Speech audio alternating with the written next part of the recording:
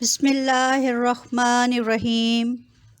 الصلاۃ والسلام علیکہ یا سیدی یا رسول اللہ وعلی آلک و اصحابک یا سیدی یا خاتم النبیین۔ ناظرین محترم، پیارے ساتھیوں، السلام علیکم ورحمۃ اللہ وبرکاتہ۔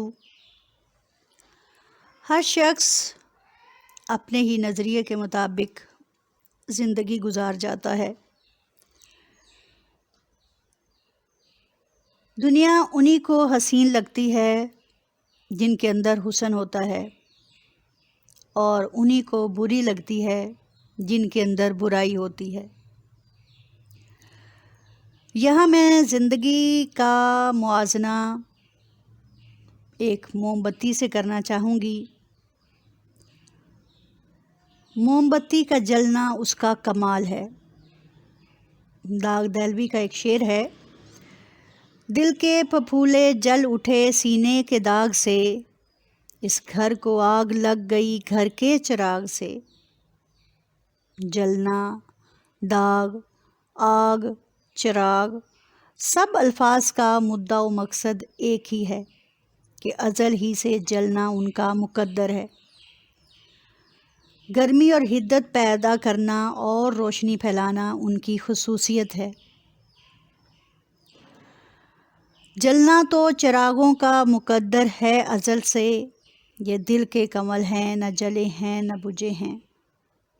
موم بتی، دیا، چراغ، لالٹین وغیرہ یہ سارے وہ چیزیں ہیں کہ یہ نہ بھی جل رہے ہوں تو بھی آخر انہوں نے جلنا ہے۔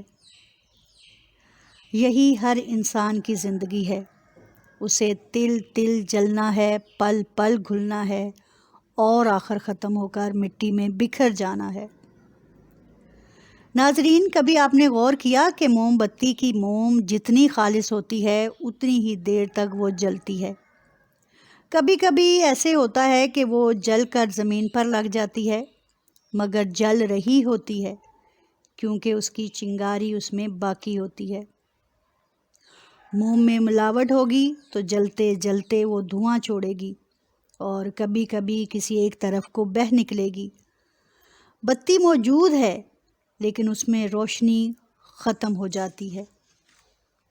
انسان پیدا ہوتا ہے، پل پل پروان چڑھتا ہے، پھر عین شباب میں اپنی روشنی بکھیرتا ہے کہ اس کی ذات سے ارد گرد کا ماحول روشن ہو جاتا ہے، اور پھر مرتے دم تک وہ اپنے تئیں روشنی بکھیرتا رہتا ہے۔ آپ کو معلوم ہے کہ موم بتی جب جلنے لگتی ہے تو کبھی ٹمٹما جاتی ہے، کبھی ہوا کے تھپیڑے سہتی ہے، لیکن آخر خود کو سنبھال کر اپنا فریضہ ادا کرنا شروع کر دیتی ہے۔ اسی طرح حضرت انسان ہے جو بچپن سے جوانی اور جوانی سے بڑھاپے کی دہلیز پر پہنچ جاتا ہے اور کتنے ہی ہواؤں کے تھپیڑے سہ جاتا ہے، لیکن اگر اس کے اندر خلوص نہیں تو ملاوٹ شدہ موم کی طرح ایک طرف کو پگھل جائے گا، بعد میں لوگ اس کو کھرچ کر اتار دیں گے۔ لیکن اگر اس میں خلوص اور نیکی موجود ہے اور اس کی اندر کی طاقت موجود ہے تو وہ اسے ایک دیے سے دوسرے دیے کو جلاتا جائے گا۔ جو سیکھو دوسروں کو سکھاتے چلو، دیے سے دیے کو جلاتے چلو۔ چنانچہ ضرورت ہے کہ انسان اپنی اندرونی طاقتوں سے لیس ہو کر اپنے فرائض انجام دے، اس کی ذات دوسروں کے لیے روشنی کا باعث بنے۔ جیسے ماں اپنے دن رات تیاگ کے بچے کی تربیت کے لیے جٹ جاتی ہے، اپنے خواب بچے کی ذات میں رکھ دیتی ہے، باپ کی تھکن اس دن سفل ہو جاتی ہے جس دن بیٹا یا بیٹی کامیاب انسان کی شکل میں سامنے ہوتا ہے، اللہ اور رسول صلی اللہ علیہ وآلہ وسلم کا پسندیدہ۔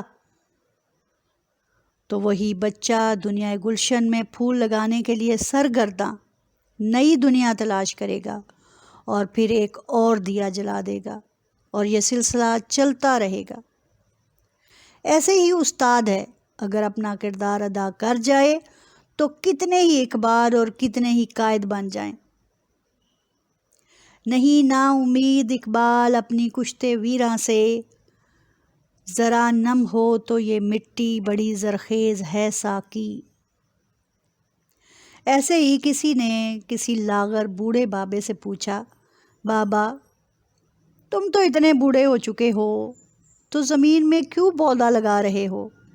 پتہ نہیں کب موت آ جائے، تم تو اس سے فائدہ نہ اٹھا پاؤ گے۔ اس نے جواب دیا کہ اگر میں کسی کے لگائے پودے اور درخت کی چھاؤں میں بیٹھا ہوں تو یقیناً کوئی دوسرا اس پودے کی چھاؤں میں بھی ضرور بیٹھے گا۔ یقیناً آپ صلی اللہ علیہ وآلہ وسلم کا کتنا ہی خوبصورت فرمان عالی شان ہے، تم زمین والوں پر رحم کرو، آسمان والا تم پر رحم کرے گا۔ تم اپنا کام کرو، وہ اپنا کام کرے گا۔ اپنا بہت خیال رکھیں۔